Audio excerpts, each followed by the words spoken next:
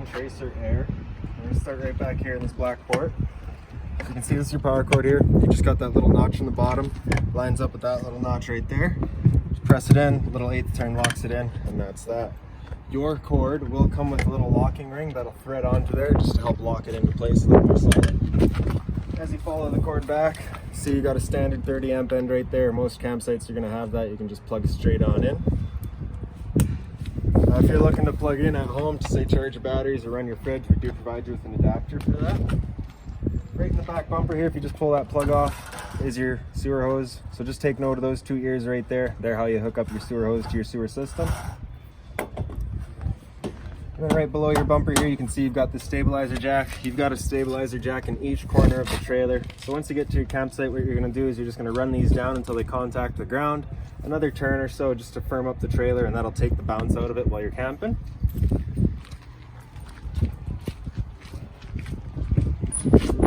Down, straight down here, you've got your sewer system. So those 2 ears from that hose are just going to plug onto those kind of ears right there. Just lock it into place. When you're dumping your sewer system, you notice on the left here you've got this black valve.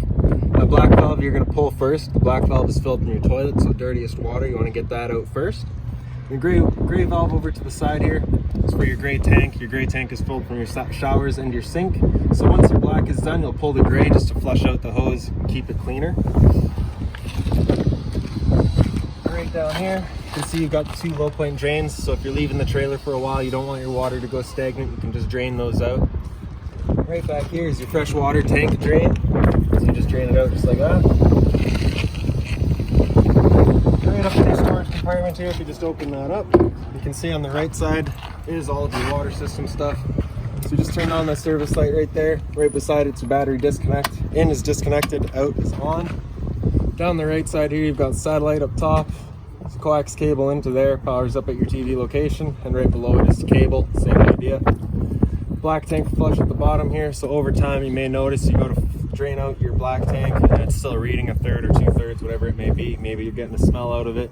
So you just take a pressurized water hose, stick it into there, open up that black valve, and it'll just flush out the tank for you. Right in the center here on the right, you've got your city water connection. So you take the same water hose, plug it into there, turn on your water, and pressurizes all the water lines throughout the unit. And right beside it is your fresh tank fill. So same water hose into there, fills up your fresh water tank.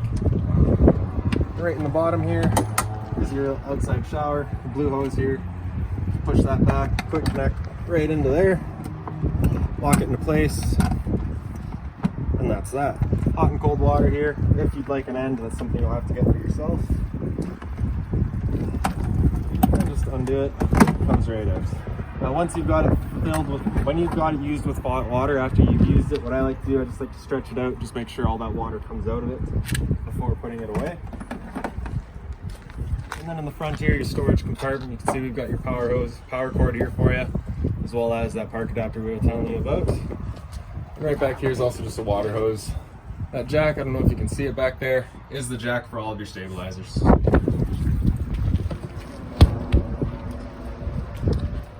the front, got another little service light there, so you can grab underneath this black cover here. If you just undo those 2 knobs in the back, flip up the cap, you've got your propane tanks down here. They are both full. You can see on the top of your regulator here, that arrow is currently pointing over this tank, signifying that we're drawing off of this tank. So we'll just open that up. There we go.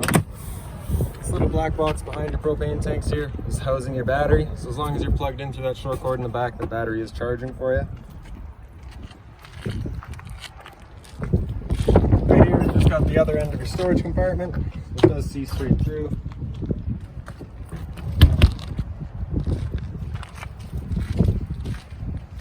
Move it back. There's a little TV mount right there, a little V channel slides into there, mount your TV outside.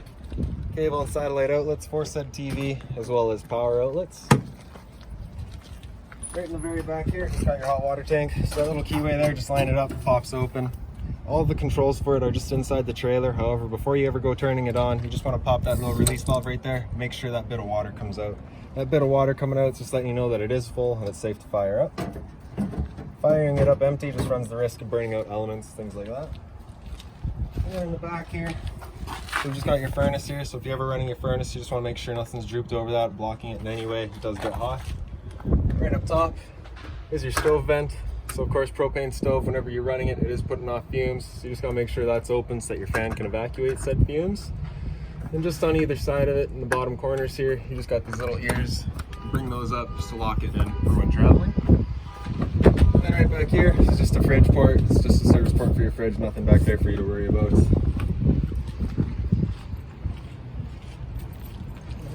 For your steps, you're just going to grab this handle here, pull it back, flip that step over. That's that. As you open up your door, see on the back here, you've got this little T-latch. Slides into place to hold it open, just like that. And as you come inside, right up on the wall here, your controls. So the one on the left here is your slide out, press and hold out, and the slide makes its way out. Now once the slide's fully extended, you'll just get a couple clicks from the motors letting you know they are fully extended.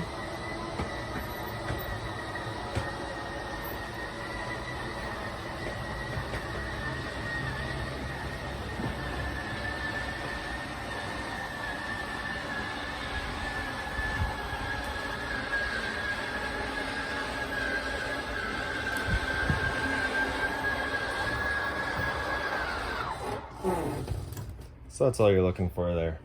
In the center here, your light switches. The one on the left, I believe, is your porch light or your awning light. One on the right is your interior light. So right above our head here. The rest of the lights to the trailer are just on their own switches. This wall is underneath here, above the sink. For your stove, like I said, we've got the fan for it. That switch right there, as well as the light up here. Before lighting it, you're just going to turn it over to light, hit the sparker, and there you go. For your stove, open it up, turn it over to pilot and press and hold. And then right in the very back here, you can see that pilot light going. Once that pilot light's going, you're just going to keep the knob held in for a couple more seconds. And then you can release and it'll hold it automatically. And then you can just adjust your temperature. She'll fire up.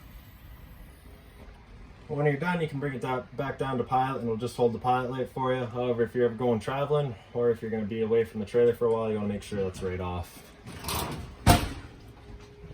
Microwave up here, standard household, not much I can teach you about that. And over to the side, here's your fridge. So the controls just right up top, power on the left there, the button in is on.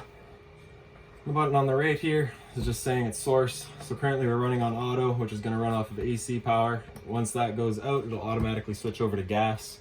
If you're looking to solely run it off of gas, you can have that come out and that'll run it on gas. If that check light there would ever come on, it's just letting you know that the fridge hasn't fired up. At that point, you're just going to turn it off and back on. And if it still doesn't go, just make sure you do have propane. Below it here is a converter. Just press the center there, pops open. All of your breakers right in the center here. Whenever a breaker breaks, it'll sit in the middle, so turn it off and then back on. All of your fuses on the side here. If a fuse ever pops, you'll get a little red LED right beside it, letting you know exactly which one's popped. Roof vents here, we just turn to open. Simple as that. Sink, of course, the hot and cold water. Storage all the way across the top.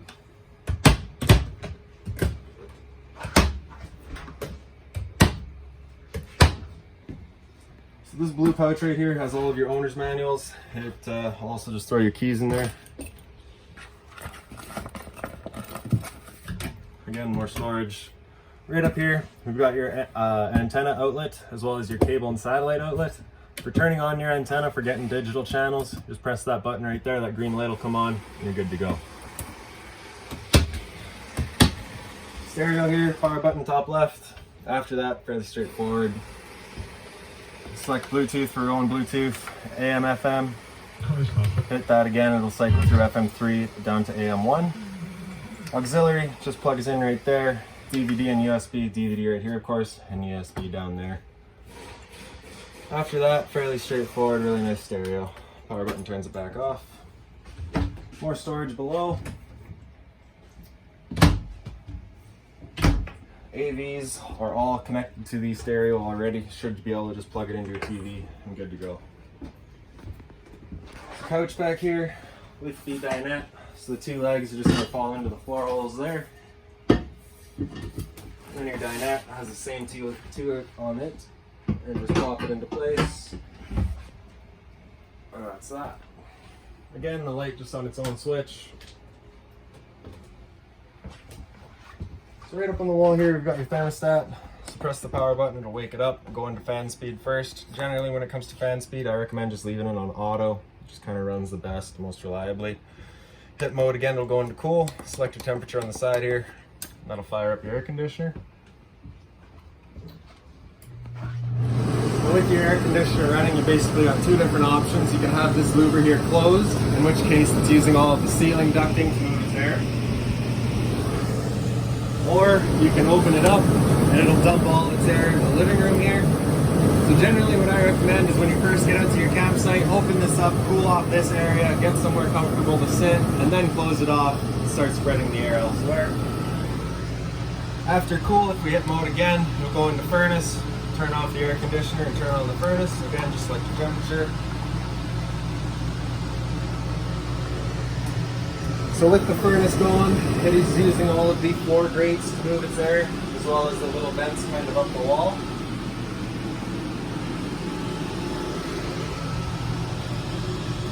And if you hit mode again, it'll just come into on-off, which you turn it off.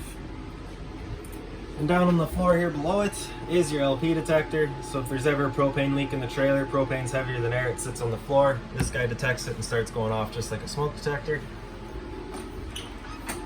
And into the bathroom here. So light switch is just right up on the wall there. It does only turn on the one light. This light is on its own switch. Toilet is just a little foot lever there. Shower does have the travel lock, so just slide that over to the right and then you can open it up. So of course, hot and cold water, the standard head, and back here we've also got your roof vent. Just turn to open, and in the back corner there's the fan switch.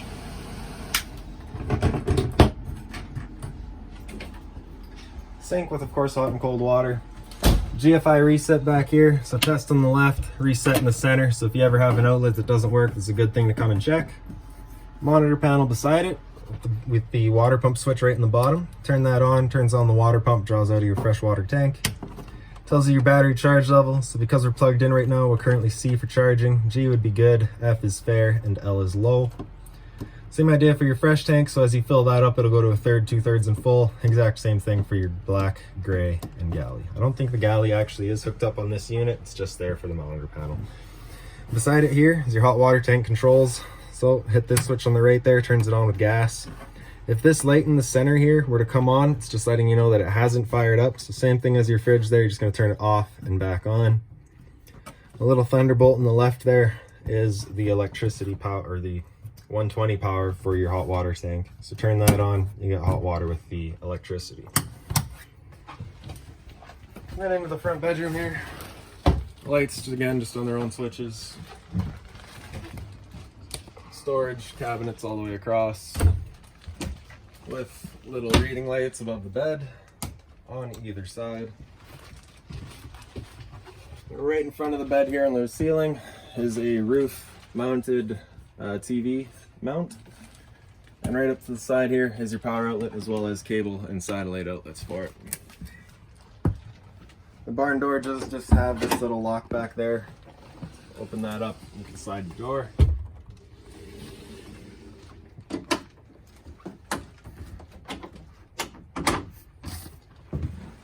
And then right above your head here is just your antenna. So whenever you turn that antenna on from that front cabinet there, you're just gonna run this up all the way. And it'll stop once you're there. And then you can just pull this down, turn it, looking for your best signal. However, once you're ready to go traveling again, you wanna make sure those two arrows there are lined up and then bring it back down.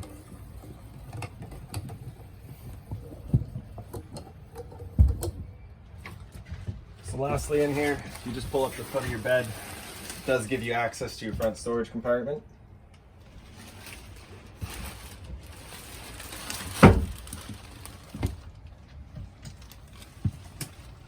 Great. And then lastly, the smoke detector. Great. So if you've got any other questions on the unit, please feel free to give us a call, 204-237-7272.